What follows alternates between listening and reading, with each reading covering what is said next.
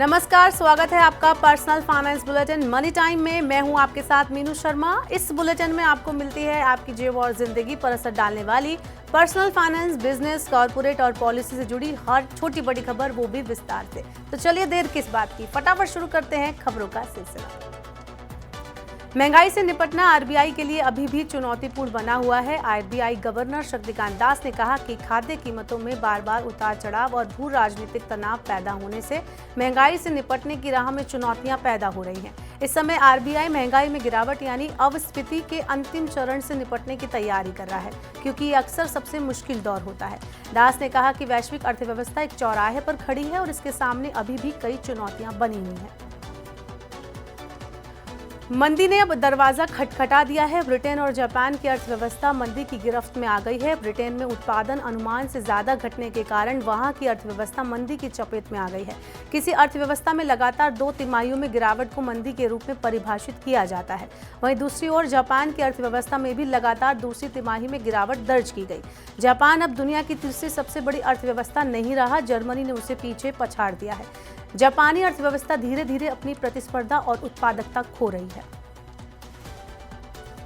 भीड़ भाड़ को कम करने के लिए मुंबई हवाई अड्डे पर लगाए गए उड़ान प्रतिबंधों से अब हवाई किराए में वृद्धि होने की आशंका बढ़ गई है। केंद्रीय विमानन मंत्रालय ने अदानी समूह के स्वामित्व वाले हवाई अड्डे पर संचालित होने वाली उड़ानों की संख्या पर प्रतिबंध लगा दिया है और भीड़ भाड़ को कम करने के लिए सक्रिय उपाय नहीं करने के लिए इसकी आलोचना भी की है। 2 दिनों में सोने में बड़ी गिरावट आई है। सोने की कीमत 830 रुपए घटी है। बुधवार को सोने में 750 रुपए और गुरुवार को 80 रुपए की गिरावट आई। 2 दिनों में सोना 830 रुपए घटकर 62,270 रुपए प्रति 10 ग्राम पर आ गया। वहीं चांदी में बुधवार को 1400 रुपए की गिरावट आई, लेकिन बुधवार को इसकी कीमत 600 रुपए चढ़कर 74,600 रुपए प्रति किलोग्राम हो गई। विदेशी बाजारों से नरमी का संकेत मिलने से दिल्ली के बाजारों में भी सोने की कीमतों में गिरावट आई।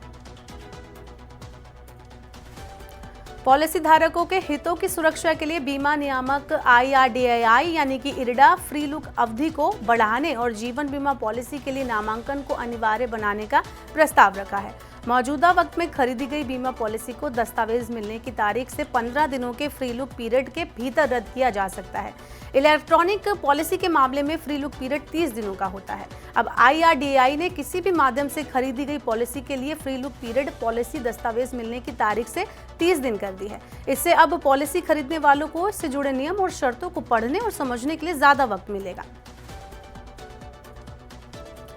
पेटीएम पेमेंट बैंक के बाद अन्य फिनटेक कंपनियों पर भी नियामकीय कार्रवाई हो सकती है। केवाईसी अनुपालन में चूक को लेकर आरबीआई अन्य फिनटेक कंपनियों पर भी कार्रवाई करने की तैयारी में है। इनमें कई प्रमुख पेटीएम एग्रीगेटर और वॉलेट सर्विस प्रोवाइडर्स शामिल हैं।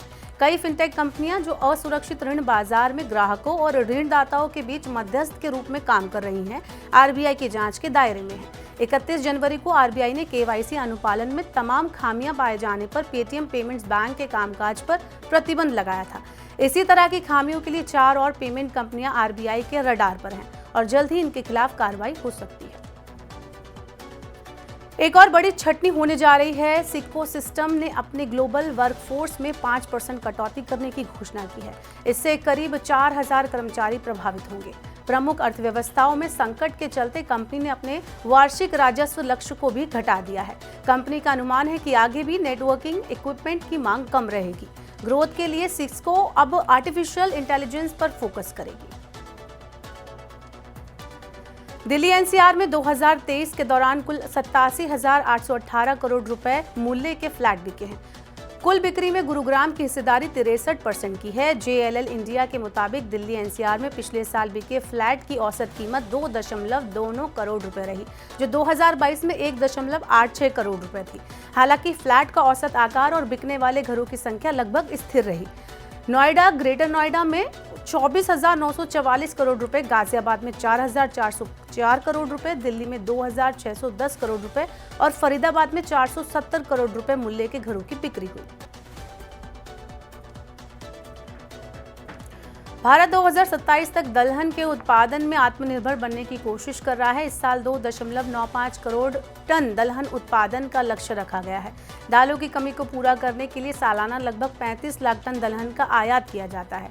भारत अब चना और कई अन्य दलहन फसलों में आत्मनिर्भर हो गया है। केवल अरहर और उड़द में थोड़ी कमी रह गई है। 2027 तक दालों में आत्मनिर्भरता हासिल करने के लिए लगातार प्रयास किए जा रहे हैं। इसके लिए बीजों की नई किस्मों की आपूर्ति बढ़ाई जा रही है। साथ ही अरहर और उड़द की खेती बढ़ाने पर भी ध्यान दिया जा रहा है। ऑटो सेक्टर के कर्मचारियों की सैलरी में इस साल फिर डबल डिजिट में इजाफा हो सकता है। एक अध्ययन में पता चला है कि बेहतरीन कर्मचारियों को अपने साथ जोड़े रखने के लिए ऑटो कंपनियां इस साल सैलरी में डबल डिजिट की बढ़ोतरी कर सकती हैं। डेलॉइट के इंक्रीमेंट एंड एडिशन ट्रेड्स की स्टडी के मुताबिक ऑटोमोटिव प्रोड्यूसर्स के कर्मचारियों की सैलरी में बढ़ोतरी औसतन 10.5% हो सकती है, जबकि सप्लायर्स के लिए काम करने वाले कर्मचारियों की सैलरी में औसतन 10% की बढ़ोतरी होने की संभावना है। ऐसा ऑटो बिक्री लगातार अच्छी बनी रहने के कारण होगा।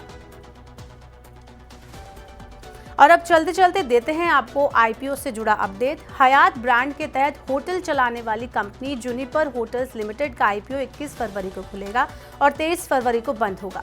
कंपनी ने आईपीओ के लिए मूल्य दायरा 342 से 360 रुपए प्रति शेयर तय किया है। आईपीओ के जरिए कंपनी 1800 करोड़ रुपए तक जुटा सकती है। आईपीओ में नए शेयर जारी किए जाएंगे। इसमें कोई बिक्री पेशकश शामिल नहीं है। पिछले वित्त वर्ष में कंपनी का शुद्ध घाटा कम होकर 1.5 करोड़ रुपए रहा, जो 2021-22 में 188 करोड़ रुपए था। तो आज के मनी टाइम में फिलहाल के लिए इतना ही। अब मुझे दीजिए इजाजत। अब आपसे होगी कल मुलाकात। पर्सनल फाइनेंस से जुड़ी खबरों को पढ़ने, सुनने, उनसे जुड़े खास कार्यक्रमों को देखने के लिए मनी 9 के सुपर ऐप को आप जरूर डाउनलोड कर लें। साथ ही आज का हमारा मनी टाइम आपको कैसा लगा, नीचे कमेंट बॉक्स में हमें अपनी राय जरूर दें। इस बुलेटिन में फिलहाल के लिए इतना ही। बने रहिए मनी 9 के साथ। नमस्कार, शुभ रात्रि।